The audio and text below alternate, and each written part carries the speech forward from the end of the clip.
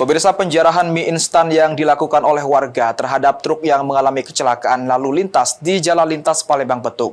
Tepatnya di Desa Sukamulya, Betung, Banyuasin, mengundang keprihatinan dari Bupati Banyuasin, Askolani.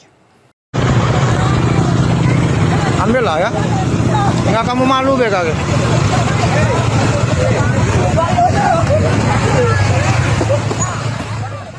Viralnya sebuah video di media sosial yang menunjukkan ramainya warga melakukan penjarahan pada sebuah mobil truk bermuatan mie instan yang alami kecelakaan, mengundang komentar negatif dari berbagai media sosial.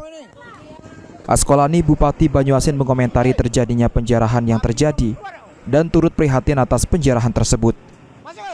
Askolani mengatakan penjarahan yang terjadi belum bisa dipastikan semua yang mengambil adalah warga Banyuasin, karena kecelakaan lalu lintas berada di jalan nasional yang dilalui oleh pengendara dari semua wilayah.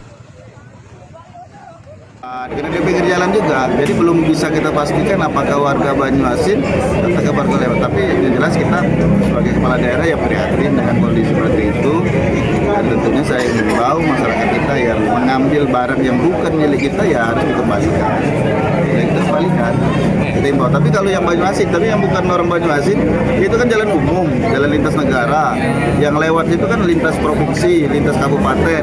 Apa kita yakinkan, pastikan itu warga Banyuasin? Belum tentu juga. Mungkin ada, tapi mungkin tidak seluruh juga. Itu. Askolani menghimbau kepada seluruh warga yang melakukan penjarahan truk mie instan agar segera mengembalikan barang yang bukan milik mereka. Ridho Ilahi, PAL TV.